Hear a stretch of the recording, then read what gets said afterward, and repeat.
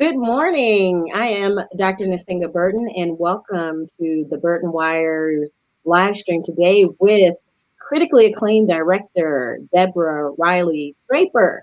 We are talking to this wonderful filmmaker about her latest endeavor, her latest film. And I am just tickled salmon pink and apple green to have you here with us today, Deborah, as we talk about 20 Perils, the story of Alpha Kappa Alpha Sorority Incorporated, which is a documentary that you have most recently directed amongst all of your wonderful work. How are you today? I'm doing wonderfully. Thank you so much. It's an honor to be on the Burton Wire. You know, this is one of my bucket list places to be. So here I am. Thank you for having me, Sora. Yes, and you are a soror. You are a member of the organization, as am I. And I remember meeting you and interviewing you, and then Chris interviewing you for Versailles 73, which is your first documentary. 10 years ago. Yes, I can't believe it. I mean, it was just such an extraordinary film, and that really kind of set the course for where you're moving and have moved. So I want to talk about you and your career. I mean, you are a soror, a member of Alpha Kappa Alpha Sorority Incorporated. I am a member, but as I like to tell people, you know, Deborah Riley Draper was a whole filmmaker before she came to this particular project. So this is one of many projects. So, you know, this documentary is it is a love letter to Black women, but it's also what you do all day, every day. So let's talk about your career. Like, did you always know you were going to be a filmmaker? You know, I always knew that I wanted to craft stories and write. You know, from an early age. I remember at 5 years old at vacation Bible study, I was the kid that wanted to do the play, but not like just be in the play. I wanted to write it. I wanted to direct it. I wanted to tell everybody where to go, what to do, what to put on, what to wear, that whole thing. And eventually I've enjoyed an amazing career in advertising, right? Mm-hmm. So that was the telling of stories in 15-second, 30-second, 60-second increments on really large brands. So that really crystallized this idea for me, like, wow, I'm a great storyteller, but I really don't want to tell brand stories for the rest of my life. I want to tell stories that are really meaningful, that are deep, that are about our culture, that allow us to see ourselves in an elevated way, to see ourselves in a way that's often different from how we're portrayed, because we are three-dimensional, because we're whole people. Yeah. It's important that we see the whole story. And that first film that you mentioned, Versailles 73, was my first time at actually crafting a feature-length film. Mm-hmm. That first one was about beautiful Black women who were extraordinary, talented, and broke barriers, right? 12 African-American models in 1973 in Paris. Yes. And they helped usher in American ready-to-wear. They didn't receive credit for it, but they ushered it in. So through that documentary that I had the honor to write and direct, they received the accolades that they deserved. They received their place in history that they deserved. And I realized in that moment, when I saw the film on the screen for the first time and I saw them watching themselves, I realized the true power of cinema and the true power of telling our own stories in our own way and about our own lived experience.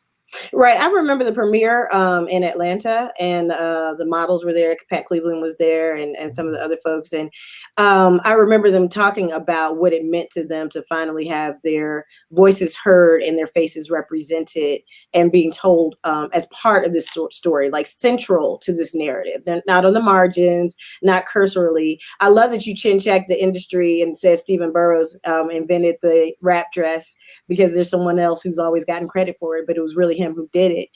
So there's a lot in that documentary that really, I would say, rights the wrongs that have been done to Black people in the arts world, in the fashion world, and correct some of that history, which is much necessary, much needed.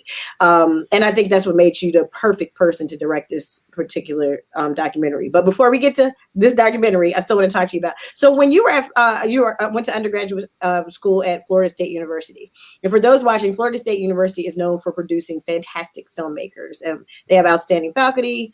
And you know, Barry Jenkins is someone who comes out of that tradition. Joy McMillan, who was the editor on If Bill Street Could Talk and Moonlight. She's from there as well.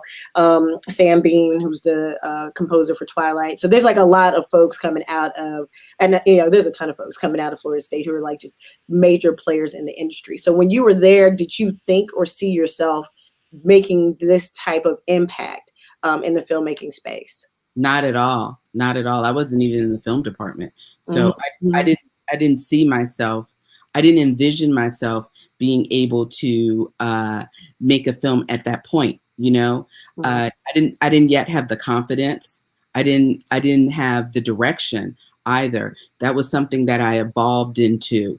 And as you grow and you mature, you begin to understand what you're really good at. Right. And you're able to harness those skills, and you realize what your blessings are, and you find a way to use those to be impactful. But then, no, I had no idea. But I knew then that I was a great writer. That was the one thing that I knew with certainty throughout my entire life.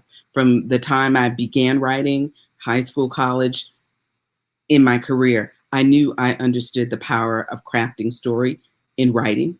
Mm-hmm. And then I grew to understand that I had a very strong visual sense and a visual aesthetic that I could combine with that writing skill to create cinema, right? But that wasn't like I woke up and realized that. That was a journey to get there as I developed as an adult and as a career woman, and began to assess what I really wanted to do, what I had passion for, and what I was actually capable of realizing, right? Because there's always a gap between where you are and where you aspire to be. And you take these steps to get to where you aspire to be. So it's a long journey and a long road to become an African-American female filmmaker born in the Deep South. That's a long road. Yes. But in the process, you bring all of your lived experiences to your storytelling. And that makes the stories richer, more authentic. They make you able to see things in a character that someone who may not have lived your experience can't see. And you may see a story where others may have marginalized it, dismissed it, or omitted it because they didn't think it was valuable or important. But those are the stories that I can see. And those are the stories that I personally feel, because I love that underdog. I love that character, that place, that setting, that set of circumstances that seems truly impossible, right? That seems that they're not going to make it. This journey is too treacherous. This journey is too hard, but they do. And when they get to the end, like in Versailles 73 or in Olympic Pride, American Prejudice, you realize they overcame obstacles heroically, courageously, and they stood and they represented. And I love stories where they stand and they represent us as Black and brown people in situations that people don't expect us to see. Paris, Germany, all over the place, the Olympics, the catwalks. These are the stories that interest me. And that's how I got here, because I took that innate curiosity. I've been nosy since I was a child. Intellectual curiosity, that's what we call it. Exactly. So, but that allows you to plow your way through archives and libraries and documents and primary source material, and being able to also meet people and come into their lives. And that takes a particular skill and a particular personality to come into someone's life. Yes. And be able to take the story of their life and have them trust you with it and put it on the screen. Yeah, I mean, that's really important. And I think, one of the things I wanted to ask you is because I know with the success of American, and let's say hi to my mom, hi to my line sisters, Rhonda, Josetta, hi to your line sisters, Christy, one of my Christy Holden. Yes. So we got to say hello, and everybody shouting out FSU, and of course to the producer Lacey Barnes, who's also on this project. So we want to say hi to everyone. But yeah, when we think about the ways in which you choose your projects, because in my mind, well, I have two questions. How do you choose your projects, and how did you decide to locate Coffee Bluff Pictures here in Atlanta? Like, those are two questions I really want to know the answer to. Coffee Bluff is a river that runs through Savannah. And that river is in the back of my grandma's house. And that particular house has been in our family since the 1800s.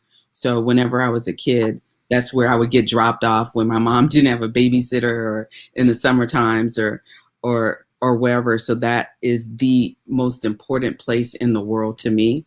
There's no other zip code, geography, or piece of dirt that means more to me than Coffee Bluff, ever. Will. So in homage to my family, my grandmother in particular, and my mother, who was born on Coffee Bluff, that is the name of the company. And that is why it was an enclave of former slaves who had been on the Sea Islands. So daughters of the dust, right? So all those enslaved people, when they were freed, they moved to Coffee Bluff, a great number of them. And that was my family as well. So, all right. So that's part of the Gullah tradition, correct? Absolutely. Okay. All right. Yes. Yeah, I'm all into that. So we have to talk about that another time. But that is fantastic. Yeah, Archipelago Island, St. Catherine's Island, all the islands. Yes. Yes. So, and I like to refer to you as water people, right? You understand the water. It plays a very symbolic role in your lives, and yeah, we'll talk about it. All right, so love that Coffee Bluff. You're bringing your history, your heritage. That's my personal history. Culture. That's right. My personal heritage. So is that why you're here in Atlanta? That is why I'm here in Atlanta. I love Georgia. I am a Georgia born and raised, but I'm also here because there's a place I feel safe in Atlanta. I feel welcomed here. There are a tremendous amount of very talented writers, directors, and filmmakers in which to form a great community here. And you need a tribe of creatives, right? You need a creative class to bounce ideas off and to welcome you and embrace you and help you and lift you and correct you and exchange ideas. That's how you keep the momentum going. I pick stories that I'm interested in seeing. There's no magic formula to that. There's no equation. If I'm interested in it as a consumer, as a viewer, as someone who's a voracious reader and traveler, then that's the story. It hits you like a ton of bricks, or at least it does for me. Like, oh my God, somebody should tell that. Oh, I should tell that. So that's how it works. There's not a secret sauce to it. But I know it when I know it, because it's something because when you know this, Dr. Burton, when you sit down to write something, or if you got to write a book or a script, or you have to direct a film, that's years. Yes. So yes. Spend years with something, then you need to love it. You don't want to spend years with anything, place, or person that you don't love. Like, you need to love it, because it's going to take a lot of hard work and a lot of commitment, and you have to stay with it. And you got to stay with it a long time. So it might as well be something you could stay with, live with, and love. You're going to need to love that material. Yes, which leads me to this wonderful film, 20 Pearls, which you obviously love. And I can tell just from what I've seen of the film, and even when, and full disclosure, we have to be ethical. I'm actually in the film a little bit, just a little tiny bit. But you dropped a lot of science in the film, Dr. Burton, from a very academic perspective and a historical perspective, to set context for people. And context for me as a filmmaker is critically important. So setting historical framework for people to watch and experience through is important. And you did that brilliantly. So thank you for that. Thank you. Yes. I mean, history is my love, even though when I'm a film and media scholar and a filmmaker and things of that nature, when you said you have to do something you love, you are so correct. That's the only way that you can stay attached to something for as long as you can. And when it comes to fruition, right, it's long road to destination. And the destination is this documentary. You got to tell us, how did it happen? Give us, how did it happen? You know what? I was at the Bronze Lens Film Festival. Dr. Glenda Glover had a vision to actually create, as the president and CEO, international president and CEO of Alpha Kappa Alpha Sorority Incorporated. She had a vision to take our narrative and our story and make it into a film. The only thing she was missing was a filmmaker, right? To actually take it to the next step. So, so Kimberly Esmond Adams was at the Bronze Lens Film Festival, and she saw my film Illegal Rose, which wasn't a documentary; it was a narrative. Right. And she saw the narrative. It stars Jasmine Guy, and she was like, "Whoa, I think this could be the person." And then we had a meeting, and the rest is history. And we started this production. And then COVID came, and we're like, "Oh no, what are we gonna do?" And Dr. Glover said, "You're gonna make that film." I was like, "Yeah, I'm gonna make that film. Let me figure this out." And so, we created a bubble, and in the pandemic, we were able to interview incredible Alpha Kappa Alpha women and scholars and historians who help us tell the journey from 1908 to 2021. And you were one of those people, and Madam Vice President was one of those people as well. So that was kind of the highlight of the production for me, because and I've had the wonderful experience of interviewing some incredibly dynamic people in the past 10 years. And she came in and was beautiful and smart and talented and had this incredible energy.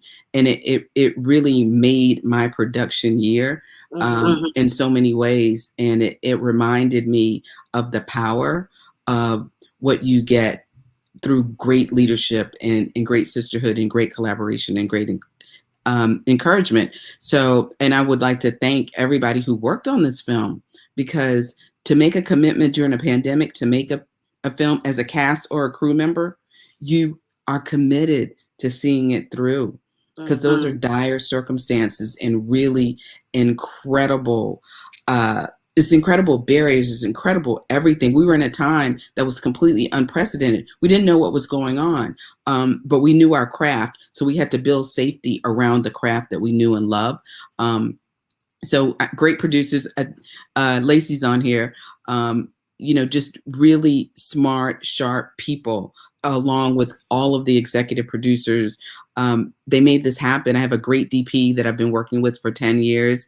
And I said, "Hey, so you want to shoot something during the pandemic? I'm going to create a bubble." And he said yes. The rest of the crew said yes. And that's how we did it. And we actually, it was tough, but we wanted it. And we wanted to be able to deliver it in 2021. So I thought about what happened in 1908. And when you make a decision, you make that decision. And that's why we followed through. Wow. Yeah, so can you talk about but can you talk about what changes you made in production as it relates to COVID? Oh my gosh. We had high cadence testing, Dr. Burton. We were tested like every other week, which was fantastic. But we also had shoe covers. We had gloves. We had a on-set COVID officer. We had a whole new protocol that helped us. We went paperless. There was no craft services on set. Like, really? No snacks?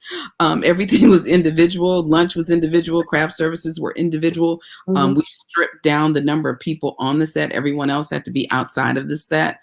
Sanitizing mics and everything. So every production day was that much longer, but less content, because you were taking our temperatures every couple of hours. We had to enter it on Google. We had all these docs we had to fill out. Are you feeling this? Are you feeling that? So it was wonderful to be able to have a COVID officer to kind of guide us, because we know how to make a movie, but we didn't know how to make a movie in a pandemic. So being able to have the proper guidelines and build a 41-page guideline book for the cast and the crew to be safe, to be informed, to recognize what could be unsafe practices, and to put all those things in place so that we could actually shoot and be safe, which we were. And that was a blessing and a godsend.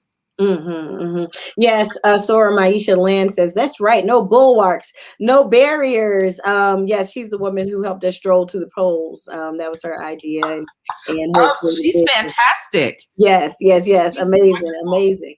And so, yeah, when you think, and I love, and this is why I love this documentary so much. I mean, obviously I'm a member of the organization, but this is why I keep telling people, I was like, even my GDIs, because, most of my friends are actually GDIs.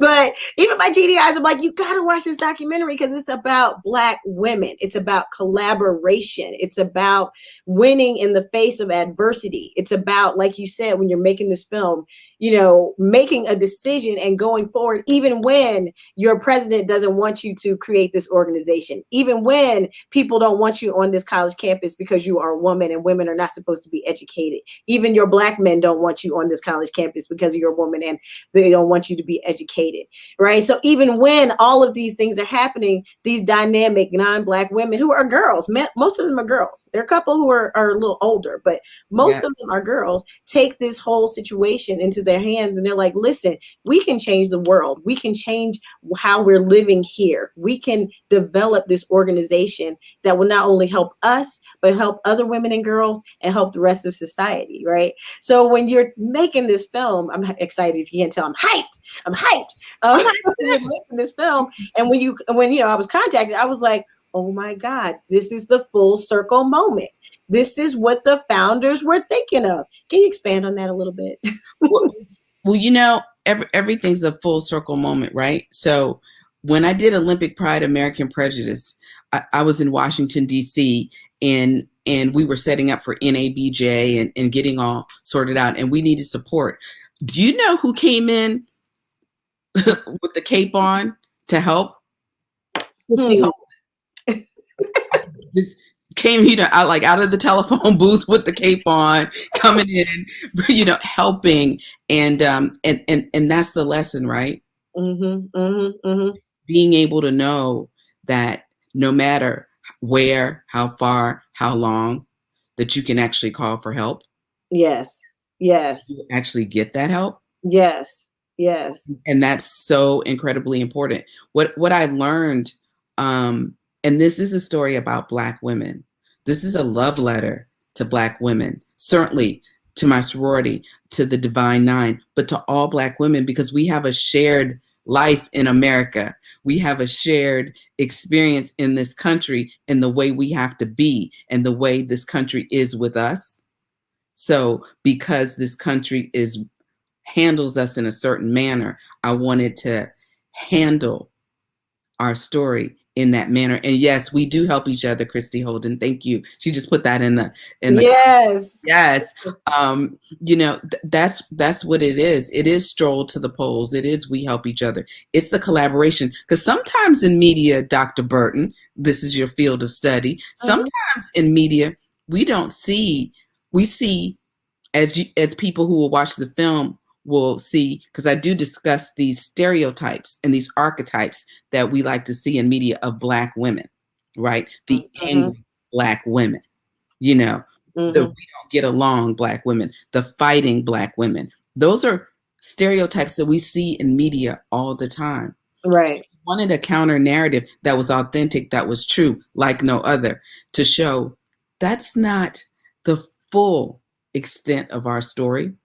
Right. It's not the full depiction of how we inhabit our space in America and around the world.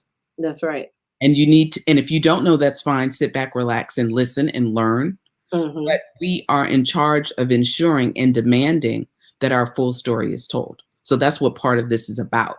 We need America to recognize, and they are beginning, because all summer long, everyone's like, what's an AKA? What's pink and green? What's a ski-wee? We don't understand. What's the secret weapon? All these questions. So hopefully after this documentary, these questions will be answered. What's a stroll? So all of these questions, hopefully people will have an answer to, but most importantly, what they'll have an answer to is 113 years of history and sisterhood that's changed the way America is. America isn't perfect, but it is better because of Alpha Kappa Alpha Sorority Incorporated and the Divine Nine. That impact. Girl, I just got chills when you said that. Woo! That impact from the wars and the work with the defense industry, with NASA, with medicine, with education, with sports. Sorry, Lucy Diggs Slow. The Yes. first African American woman to be a national champion in tennis and in any sport. Just first, groundbreaking, barrier breaking, ceiling crashing, glass coming down. So if you're a little girl, right? Yeah. Like your cute little daughter, these are stories that it's important for them to see and hear, because representation does matter. It does help us understand what's possible and what we can do by knowing what's already been done. And that way we don't always have to feel that we've got to re-break that same glass that's already been broken. We can just point to it and say, this has been done. I don't have to prove to you again. And I don't intend to prove to you again. I'm just going to do what I'm going to do, because that history has already been made and that path has already been forged. And I think that it empowers us and it grounds us. And it also reminds us of how incredible we are as women, as people, as Black women, and that we've contributed so much, and we can sit in that and we can enjoy it, and we can ski-wee about it, and we can and smile, because we should, because the accomplishments are great, they are vast, and they are impactful. And so many other people tell their stories. People watch the story of the founding of Apple. People watch the story of the founding of Disney. People watch the story of the founding of Ford. Why shouldn't they watch the story of the founding of Alpha Kappa Alpha Sorority Incorporated with 300,000 members across the globe? Why wouldn't they? Why shouldn't they? Should be mandatory. That's right. That's right. I mean, just the historical piece of it, period. You know, it's just incredible. And I love that in your work, you center the lives of Black people in these spaces, right? And so, you know, there's been a lot of talk and discussion about the sororities, especially with the rise of Soror Kamala Harris to the vice presidency, right? There's been a lot of talk about HBCUs, historically Black colleges and universities. One of the things I take exception to or with is when people call us, and it's like every news article in mainstream America is like the secret weapon. And I was like, what secret is Alpha Kappa Alpha? DST, Delta Sigma Theta, is not a secret. No. Alpha Phi Alpha is not a secret. What are you talking about? You know? So, you know, when they talk about us as a secret, but what really that language represents, and that's what you're talking about, like representation, the burying of our contributions to society and our significance. Right. Just keeping it down, such that when we do have people, and if you look in Congress, I mean, most of the members of Congress are members of the sororities and fraternities and Black regular organizations.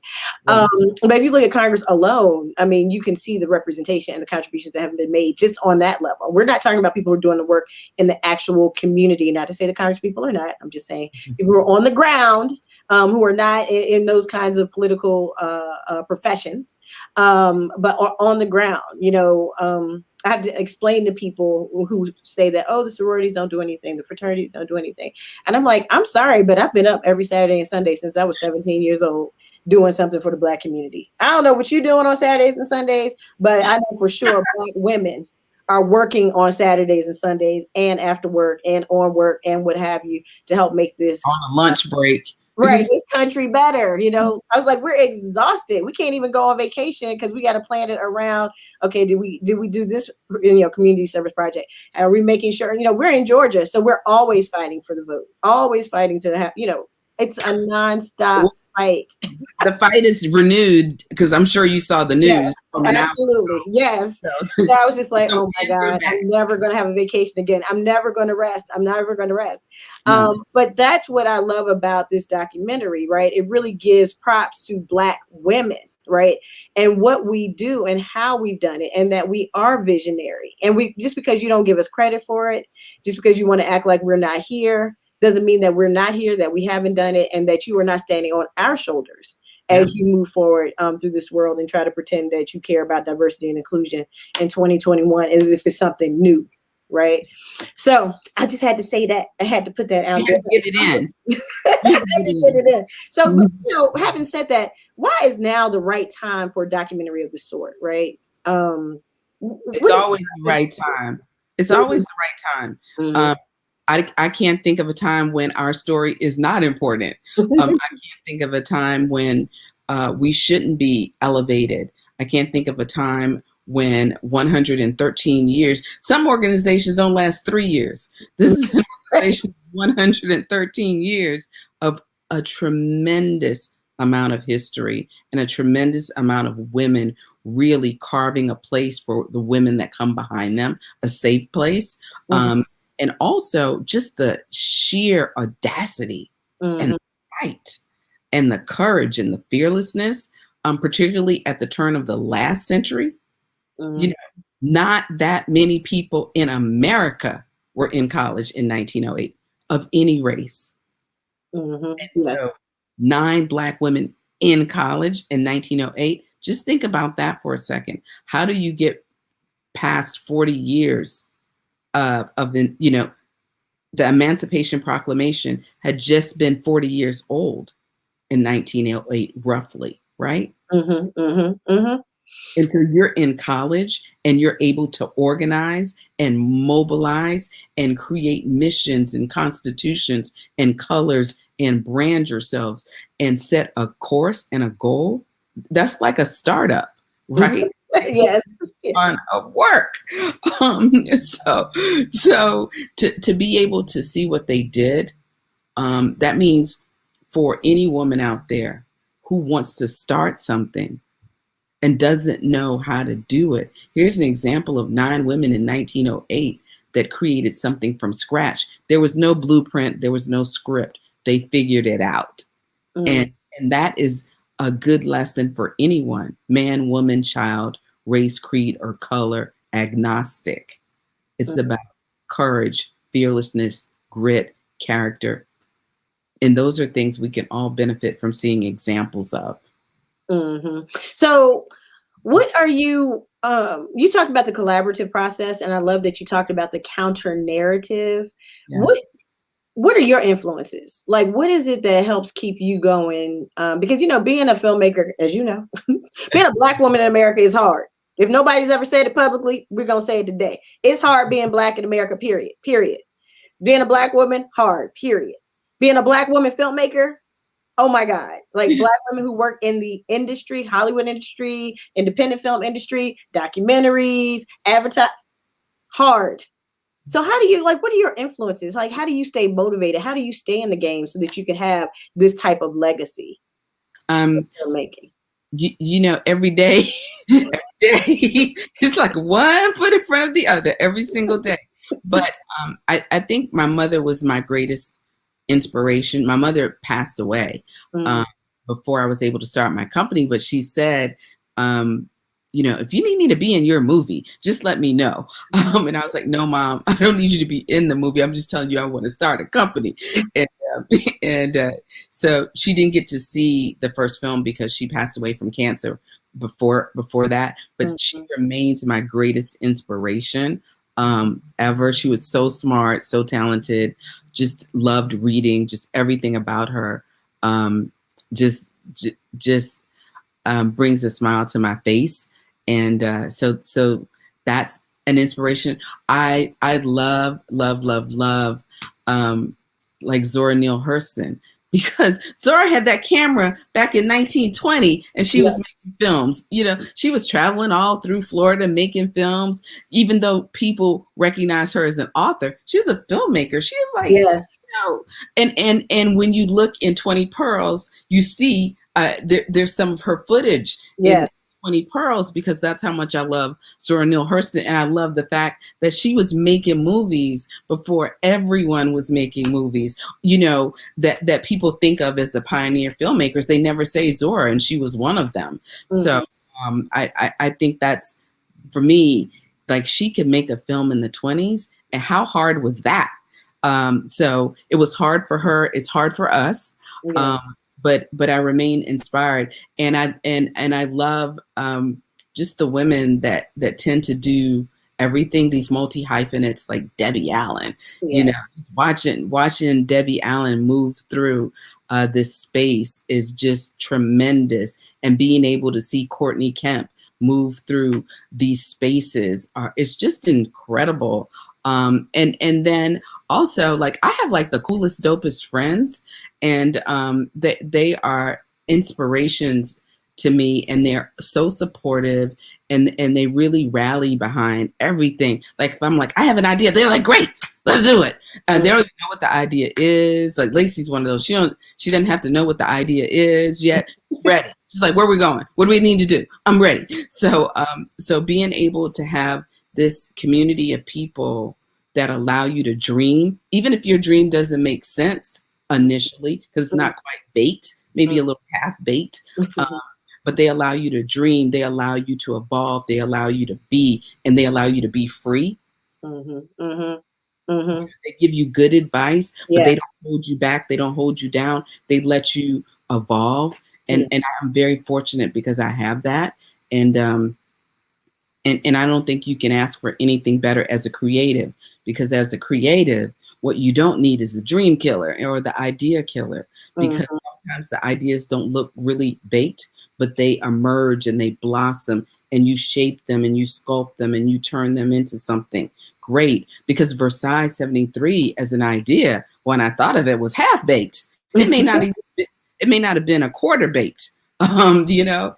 So, but as you shape it and you put your blood, sweat, and tears into it, it becomes something that, in this case, that's a fashion film classic. And I'm very proud to say it's in curricula in fashion schools across not only the United States, but the globe. And that's because I loved it. And I was going to bake it and bake it and bake it until it was something that would be worthy of somebody else wanting to spend time. Because, Sora, if you want somebody to sit down for 90 minutes, watch something you make, you need to make it worthwhile to watch. And you need to make sure that you're giving them a gift, because they're giving you their time. That's right. That's right. You know? Yes, I mean, our chat is going crazy over here. Yes, Deborah, Dream Lifters, Lauren McIver Thompson is like, shout out to Lacey. Keith Winston says hello. Katrina Boy says hello. Sora Rondasami, who's my line sister, my LS, my 6, is like, oh my God, I can't believe all of these amazing connections that we have. Because she and Christy are like besties, right? And really? Yes. So it's insane. And I think that part of this documentary too, I think that people will see that, right? That connection.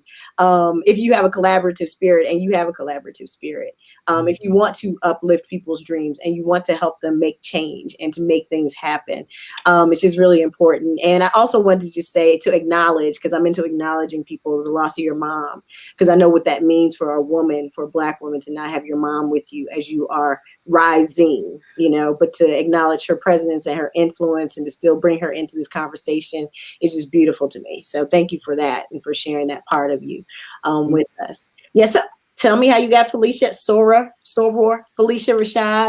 involved in this project. Oh my gosh. You know, Alpha chapter Sora, right? Yes.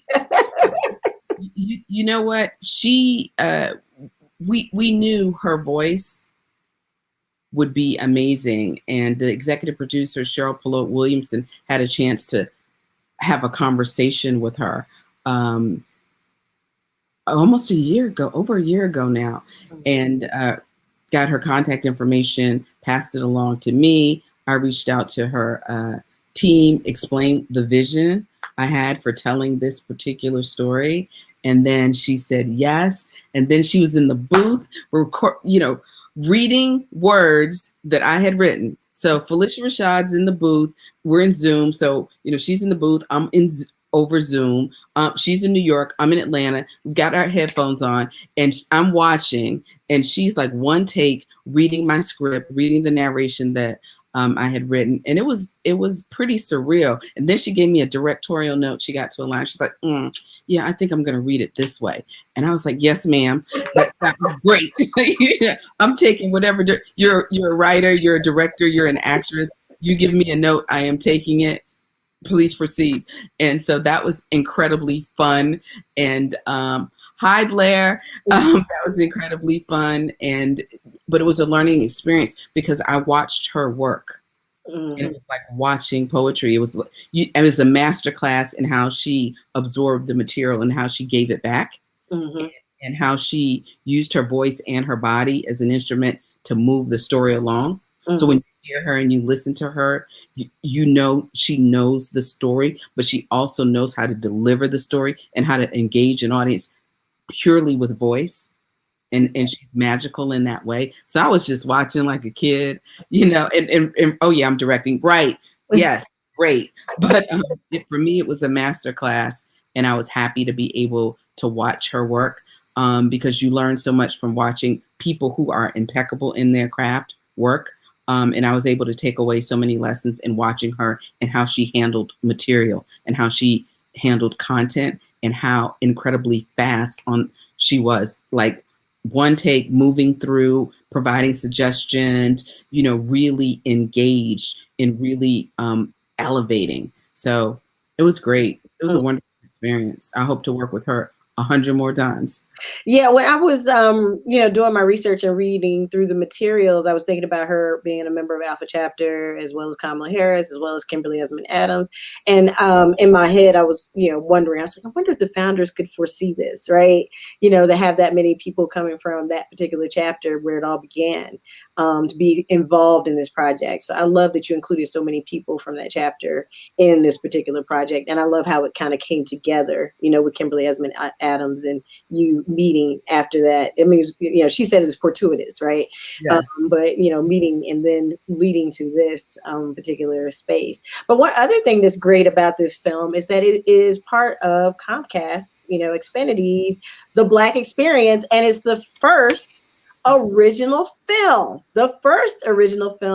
for this particular content hub, which is specifically focuses on African American content. Tell me about that. How did that come about? How did we go from the seed to being all over the world? I mean, and Well, more so we already are. Mm-hmm. let's just repeat that one more time. So 20 Pearls Yes. is the first original film on NBC Universal Comcast Xfinity's platform, The Black Experience. So we cannot say that enough. And obviously I'm being, I'm joking, but I'm not, because it is the first film on that platform. And it's a big deal. That's a big deal. Big deal for the sorority. It's a big deal for me as a filmmaker to be the first film. That's a lot of responsibility, to be able to be the first writer, director on a new platform with an original piece of content, a 90-minute documentary on something as big as NBC Universal Comcast Xfinity. And they just launched The Black Experience, which is Comcast Channel 1622. They just launched it this year. And so when they were looking for material for them to select, this was great. Keisha Boyd, who runs The Black Experience at Comcast, she saw my work back in 2012 at Versailles. She was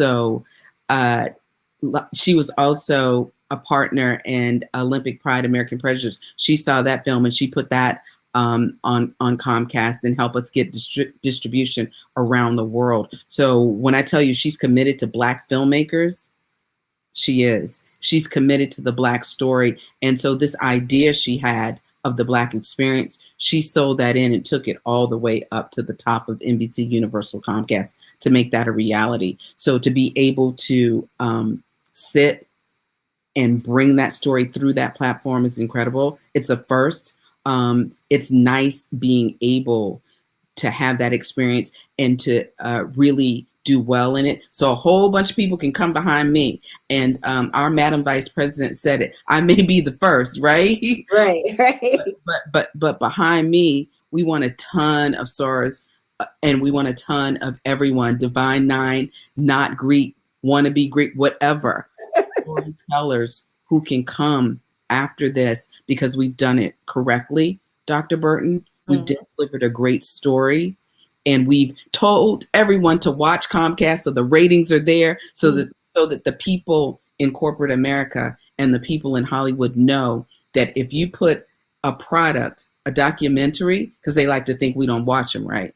Put a documentary about powerful Black women, people will watch. That's right. And people want that material because, we have to fight to explain why this type of content is worth showing. And it doesn't have, murder, it doesn't have all the normal tropes, right? Mm-hmm. So we need the support of everyone to watch the Black experience, because that makes the Black experience relevant. We need people to support this documentary, not because it's necessarily about Alpha Kappa Alpha. That's one of the reasons, but it is the story of Black women. It's written, directed, and produced by Black women. It features Black women. The editors are Black women, so, and it's rare that you get a film. You have that poster behind you, right? That's the 20 Pearls poster. That's the official movie poster. Every single name on that poster is a woman of color. Yes. So you're supporting this film. You're supporting the careers of women of color who are working in industries that are really difficult. No one really can name Black editors. It's hard, to name 4 or 5 Black editors. We have 2 women of color who edited this film, and that's why this is important, because it's all of the people above and below the line that worked on this film, that star in this film, that are representing women of color around the world in various careers and industries who have different experiences. And that's what the world needs to see. We need to see all that we are. And when we support these types of endeavors, that means we're supporting every other filmmaker or storyteller that wants to tell something different, that doesn't want to fall into the standard cookie cutter thing that we always see. We want that, right? We want the comedies, we want the drama, we want the sports, we want it all. We want the documentaries too. We watch it all. We watch it all. We want it all. And we want to watch and have it all written and directed by us. Not all the times, but sometimes. Right. In equal portions, right? Because the USC report just came out. 3% of the directors, African American women. 3%. And that number hasn't changed. I mean, it's been that way consistently for I don't know, since I started. I mean, it's been 30 years. I mean, I think the number it was lower than that, but at one point it got to 3% and then went back down. Yeah. And so 3%, they think that's high, but relative to the amount of television we consume, relative to the amount of films we consume, Black people are not, how do I say this nicely? Separatists in the way that people like to pretend that we are. We watch everything. We're going to watch the Disney film. We're going to watch the blockbuster. We're going to watch the thriller, it doesn't matter. Yeah, we're going to watch the Tyler Perry, of course. We're going to watch all of these things, but we watch everything. We do actually watch documentaries. We are more than 33% of the viewing audience if you talk about films, right? And have been consistently over time. This is before Blaxploitation, when we were higher in terms of percentages, when they're like, well, you have the Black film boom of the 1990s. And then you had, this, and aside from that, we're still a third of the viewing population, minimum. And in some years it reached 60%. Yes. So, and I was going to say, that's a bad year for us. If we're only at 33% or whatever, that's a bad year for us. Right? So this idea that, we're not going to watch, and this, really falsehood that we don't care about our history. We don't care about our pioneers. We don't care about our visionaries. We don't have the attention span to sit and watch a film about something real is maddening to me, as you can tell. It's so maddening because when we were getting distribution on the first film, they were like, so Deborah, about your ambitions of this film being distributed internationally, I don't think it's going to work. I was like, you realize we shot this in France, right? Versailles is in Paris. You're telling me a film that I shot in France won't do well internationally? France is another country. So going back and forth with the distributor, they ended up listening, but they dismissed me at first. It was very dismissive. You don't understand how this works. And then we were able to get the global distribution, and we're number 1 in New Zealand. I don't know why, it's arbitrary, but New Zealand loves Versailles 73. They love that film, but it proved to the distributor something as random as a country in New Zealand loving this film proves good stories travel. Yes. Proves people around the world love stories of Black women, and they love stories of fierce, strong, powerful, groundbreaking Black women. Doesn't Yeah, have to be negative. absolutely. Right. And Yeah. when you travel abroad, which is crazy to me because I've actually lived abroad, most of the television that you watch or the films is from America, and a lot of it has us in it. So Yes. it never correlates. It never lines up for me as a scholar, the research, the data. I'm like, well, who are you asking? Where are you getting your data from? Yeah. It doesn't matter if I'm in South Africa. It doesn't matter if I'm in Europe. It doesn't matter. I'm always seeing Black American people on television. So, It's true. And in our films at Coffee Bluff Pictures are selected for film festivals around the world. yes. So I've been to Croatia twice with films, and Croatia would seem to be a place that would not connect with the material I make, but it does. So it disproves that theory every single time. Every You- single time. And Maisha wrote in here, the challenge with doing it right the first time is that people do not have an appreciation for how difficult it was. And so in terms of you really doing it right in this contemporary times, right? Because there have been Black documentaries, obviously, there's still some that are made. But you've done it with Versailles 73. You've done it with Olympic Pride, American Prejudice. You're doing it. And I'm going to go ahead and say you've done it, but you're doing it, although it premieres today, with 20 Pearls, right? Yeah. Talk about what it means to live your life in a way that you open doors for other people. Sometimes people close doors. There's studies that show that sometimes when people get ahead in the world, and I won't say who they are, they just close the door behind them. These are people who are historically disenfranchised. But they close the door behind them. I think Black women, and this is what Alpha Kappa Alpha does, we open the door for other people to follow. Can you talk about that as a filmmaker? Absolutely. I think the one thing that at Coffee Bluff Pictures that we do every single production is we give people the opportunity to punch above their weight. So you may do a job or take on a task that you have not done ever before in your life. But sometimes, I think it's okay to give people a new opportunity. On a legal roles, all of our interns were from HBCUs. So we had all these PAs that wanted to make films, and they were learning as production assistants on a film, right? I think it's critically important to allow people to dream like, oh, I'm a PA now, but tell me a little bit about your shot list, and take the time to show them how that was made so they understand the amount of work and energy it takes to do that. These little squares just don't happen on the page, right? Right. In the time. And a lot of times, I'm very proud to say that I've given people an opportunity to do what they really wanted to do. And they've never done it before, ever. And then they find out, in some cases, they're amazing at it. They find out, in some cases, they're terrible at it. But that you never know that until you have the opportunity to see yourself in that role, right? And that's critically important because we aren't going to knock it out the park every single time when we're learning to do something. And and I say that from experience. Sometimes there are things you do exceptionally well, and sometimes there are things you're just terrible at. And it helps you understand where you need to put your time, and it helps you understand where you need to hire other talent and where you need to give somebody else an opportunity. And I think that's our greatest gift as Coffee Bluff Pictures. We do a couple of things that I think as a company we do really well. One is give back to the community in terms of PA opportunities, in terms of having on a legal roles, 70% of the crew were women. First ACs, second ACs, scripties, women. So you don't see that many women on a set, right? That's extraordinary when you look at sets and women maybe 30%, or if they are, they're all PAs, right?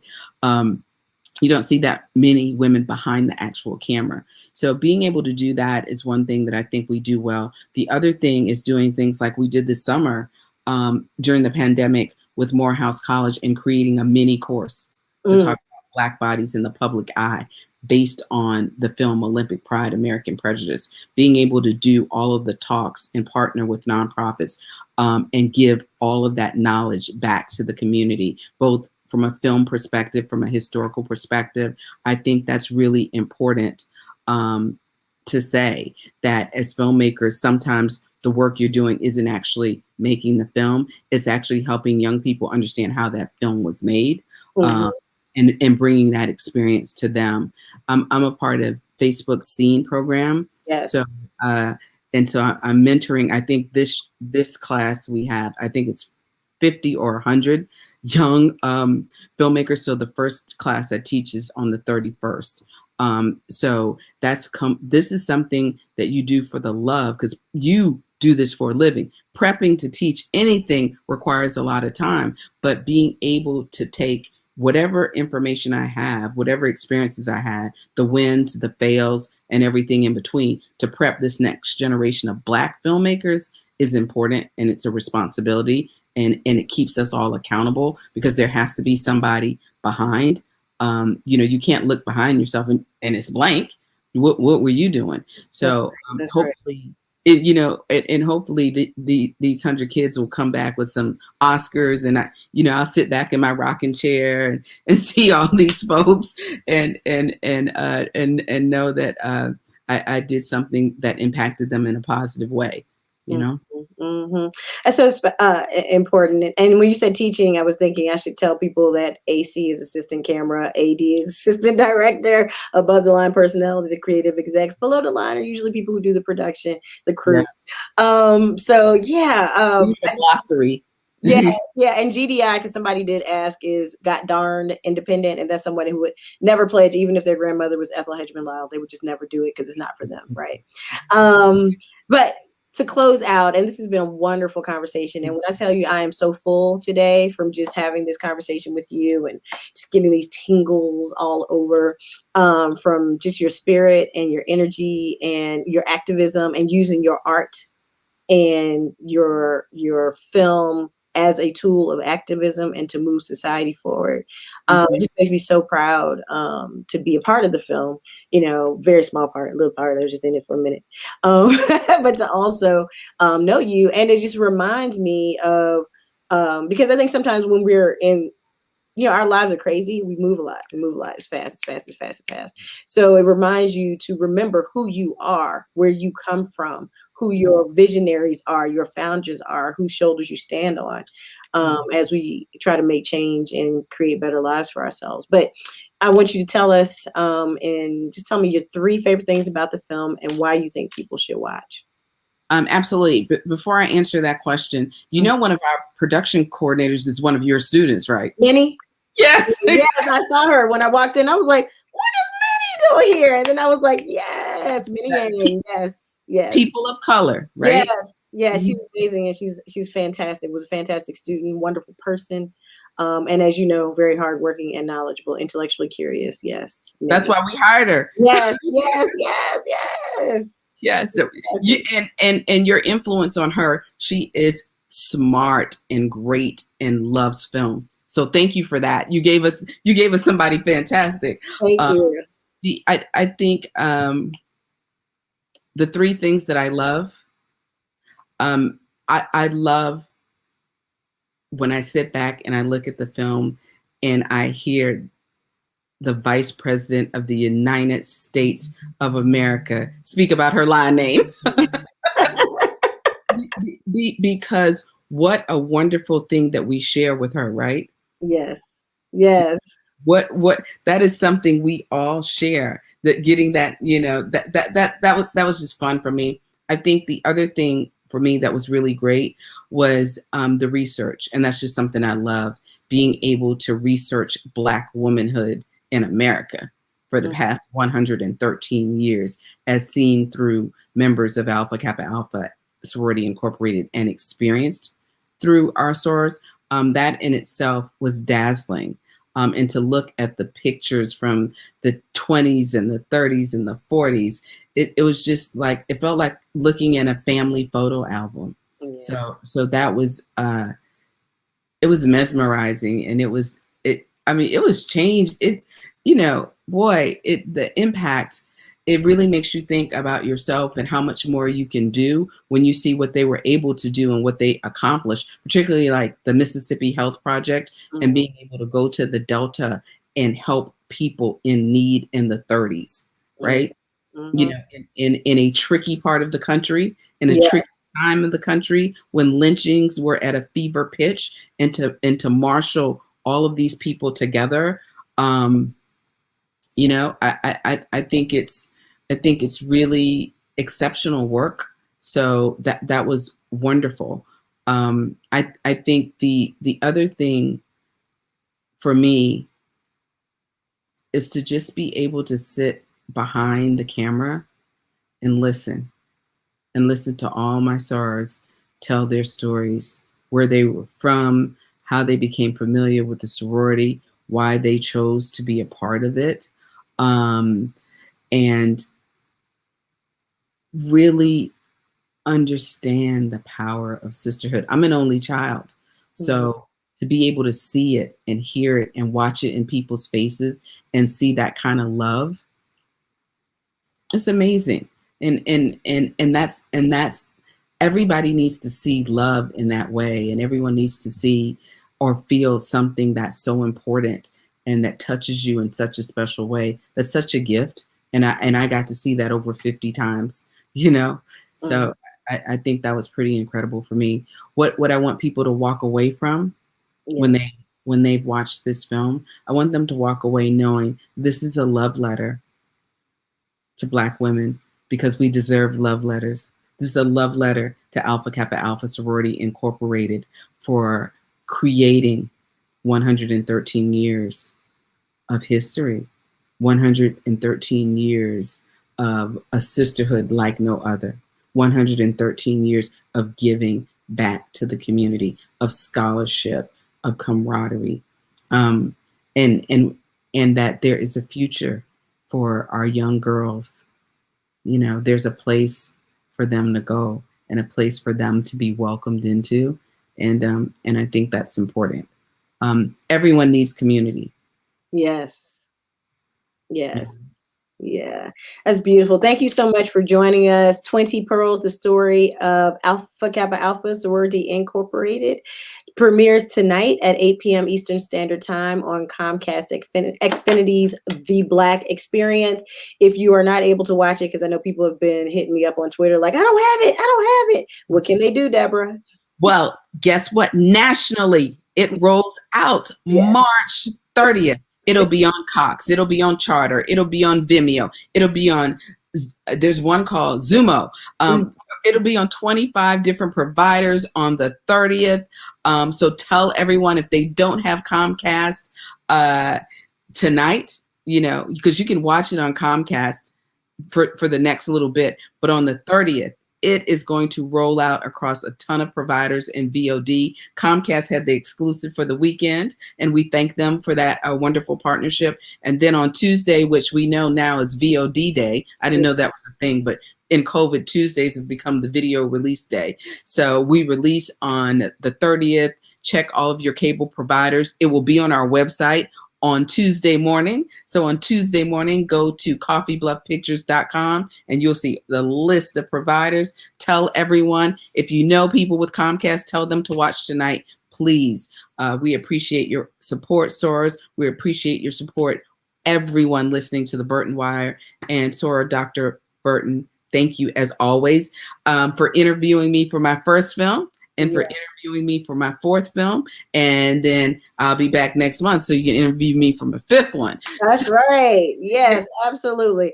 Thank you so much. And we will see you soon. And I think, someone summed it up best. You did. It is a love letter to Black women. I encourage everyone to watch this documentary. Have a wonderful weekend, and we will see you soon. Thank you.